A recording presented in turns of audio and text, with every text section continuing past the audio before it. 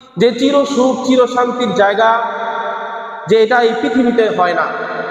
এই পৃথিবীতে কেউ যদি চায় যে আমি অঢেল সম্পত্তি দিয়ে, ধন দৌলত আর প্রাচুর্যতা দিয়ে আমি দুনিয়াতে চির সুখী হতে চাই, তাহলে কি কেউ পারবে? পারবে না। যে চির সুখ আর চির শান্তির জায়গা এটা দুনিয়ায় না, এটা পৃথিবীতে না। আমার টাকা আছে, বাড়ি আছে, সব কিছু আছে, ব্যাংক ব্যালেন্স, অট্টালিকা, কোনো কিছুর অভাব নাই, কিন্তু লোকটাকে জিজ্ঞাসা করলে ভাই অন্তরে কোনো শান্তি নেই। কথা বলে ঠিক না ঠিক? যে এই জন্য যে এইটা তো এই শান্তির জায়গা না। শান্তির জায়গা, যে চিরস্থায়ী সুখের জায়গা, এটা দুনিয়া হয় না, এটা এই পৃথিবীতে হয় না।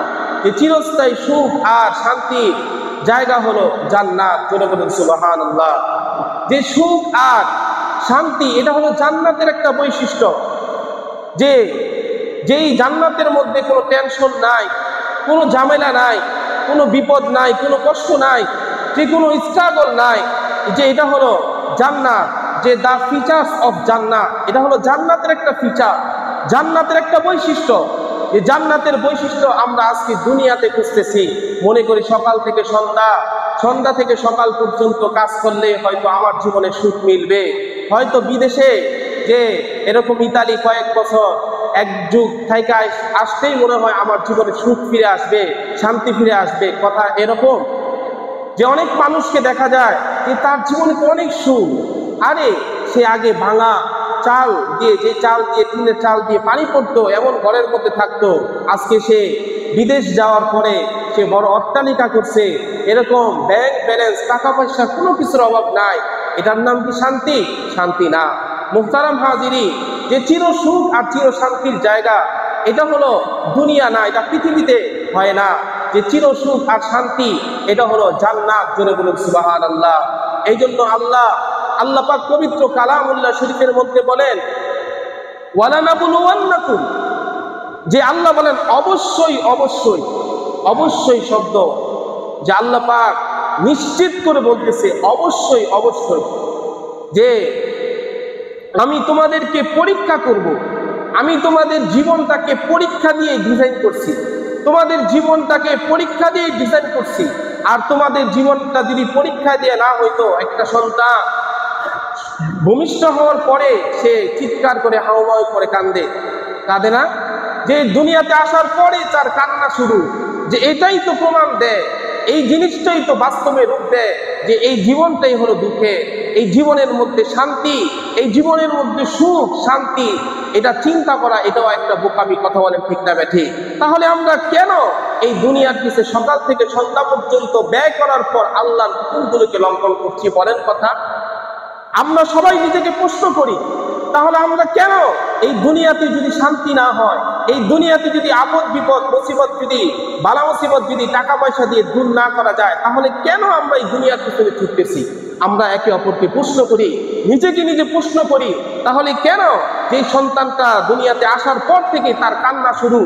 আর বড় বড় দার্শনিকরা তারা বলে যে এই কান্না থেকে প্রমাণ করে ওই কথা যে এই দুনিয়াটা হলো কষ্টের, এই দুনিয়ার শান্তির আশা করিও না, এই দুনিয়াতে কষ্টের উপর তোমার বেঁচে থাকতে হবে। কেননা আল্লাহ পাক এই কষ্ট দিয়েই তোমার জীবনটাকে ডিজাইন করছে, এই কষ্ট দিয়েই তোমার জীবনটাকে আল্লাহ পাক যে এরকম ভাবে সাজাইছে। এই জন্য মুহতারাম হাজিরিন, আল্লাহ পাক বলতেছে যে এই কষ্টই যেহেতু তোমার জীবন, যে তোমার এই জীবনের মধ্যে কি কি কষ্ট আসবে, আল্লাহ পাক বলেন ওয়ালানাবলুওয়ান্নাকুম বিশাইইন মিনাল খাউফ। আল্লাহ রাব্বুল আলামিন বলে অবশ্যই অবশ্যই নাবলুওয়ান্নাকুম, আমি তোমাদেরকে পরীক্ষা করব, ভয় দিয়ে, ক্ষুধা দিয়ে, সম্পদ দিয়ে, সম্পদের ঘাটতি দিয়ে, আতঙ্কতা দিয়ে, প্রাণ নাশ দিয়ে, ফল মূলের ঘাটতি দিয়ে আমি তোমাদেরকে পরীক্ষা করব। কার কথা?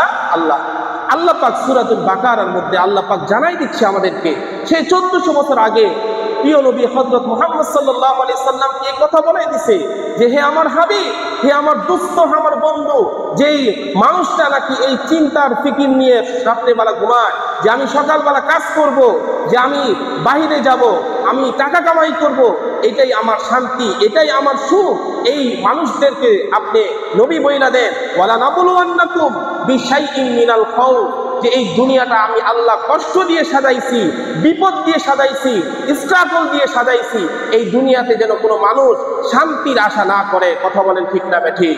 মুহতারাম হাজিরিন, আল্লাহ পাক কি কালামুল্লাহ শরীফের আয়াতগুলো কি করে? ওয়ালানাবুলুওয়ান্নাকুম বিশাইইন মিনাল খাউফ, আল্লাহ পাক বলেন অবশ্যই অবশ্যই আমি তোমাদেরকে পরীক্ষা করব।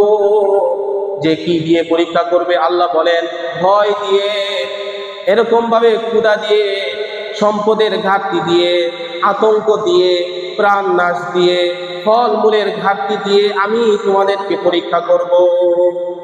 ওয়ালানাবুলুওয়ান্নাকুম বিশাইইন মিনাল খাউফি ওয়াল জু'i ওয়া নাকসিম মিনাল আমওয়ালি ওয়াল আনফুসি ওয়াস সামারাত, আল্লাহ বলেন কিন্তু এই